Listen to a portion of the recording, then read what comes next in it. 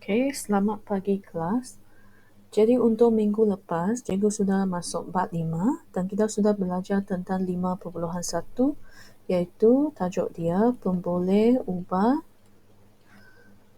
dan ungkapan algebra. Okey, pemboleh ubah dan ungkapan algebra.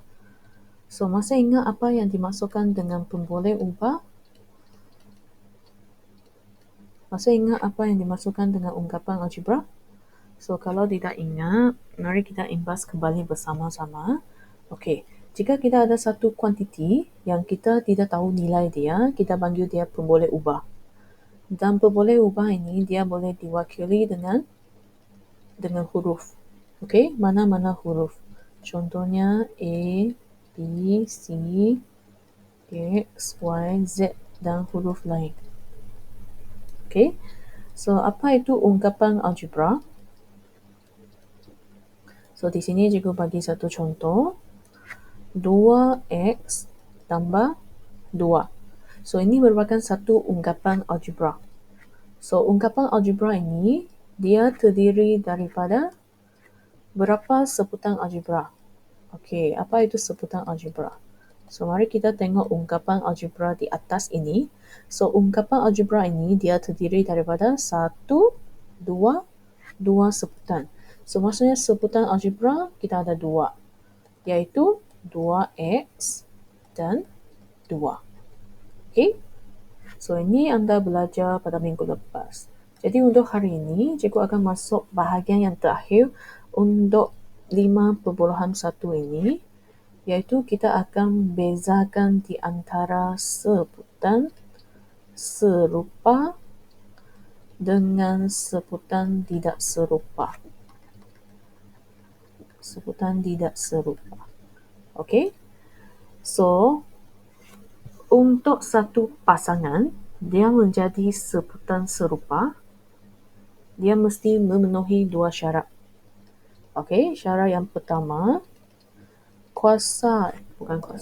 syarat yang pertama, pemboleh ubah mesti sama. Okey, pemboleh ubah mesti sama.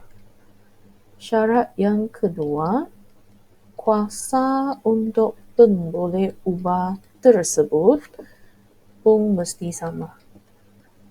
Okey, so mari kita tengok contoh yang pertama. Contoh yang pertama, contoh cikgu ada pasangan sebutan 2x dan x. So, soalan cikgu sekarang, adakah pasangan sebutan ini dia dikenali sebagai sebutan serupa atau sebutan tidak serupa?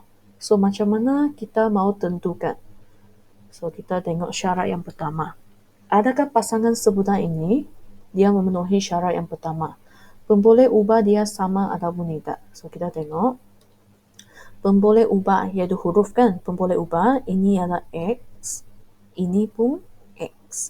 So, maksudnya syarat pertama, okey, ini memenuhi syarat pertama. Pasangan ini memenuhi syarat pertama. So, syarat yang kedua, kuasa pemboleh ubah tersebut pun mesti sama. So, ini x, tak ada kuasa sana kan? Selalunya, kalau x saja, sebenarnya ini ialah kuasa 1. Selalunya kita akan abaikan 1 di sini, kita tidak akan tulis 1. Kita tulis saja x.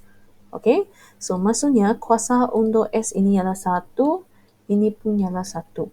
So, maksudnya kuasa sama. So, syarat pertama pemboleh ubah sama. Dua-dua ialah x. Syarat kedua, kuasa pun sama. Ini x kuasa 1, ini pun x kuasa 1.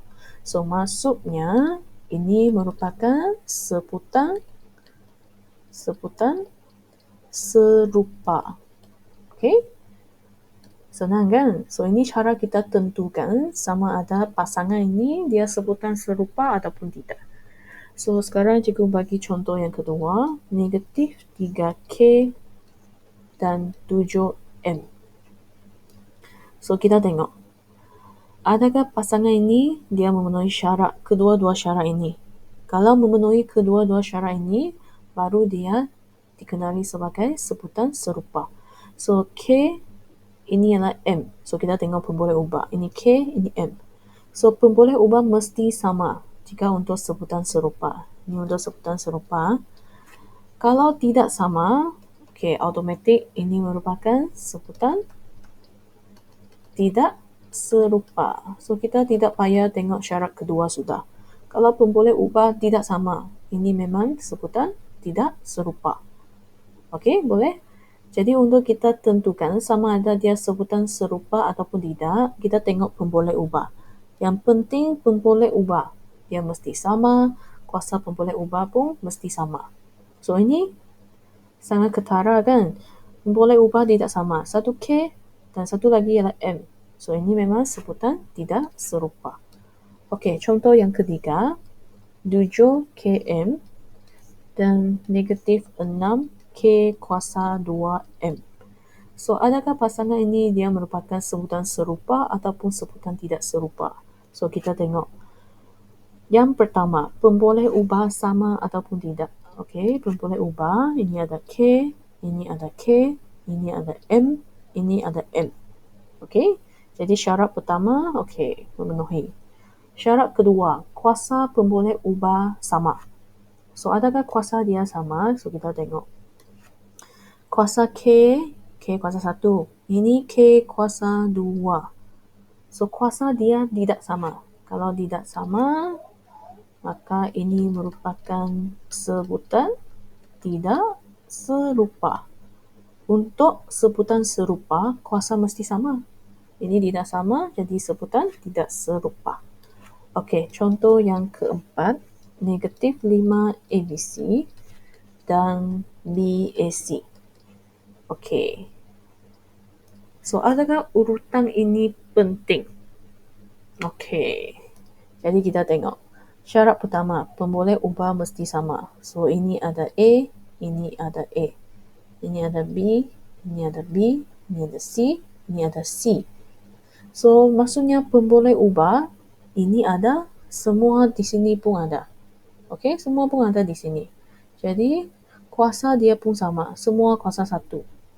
Jadi maksudnya ini merupakan sebutan serupa. Jadi urutan untuk huruf ini, pemboleh ubah ini tidak penting. Asalkan pemboleh ubah sama, kita kenali dia sebagai sebutan serupa. Sebutan serupa. Okey?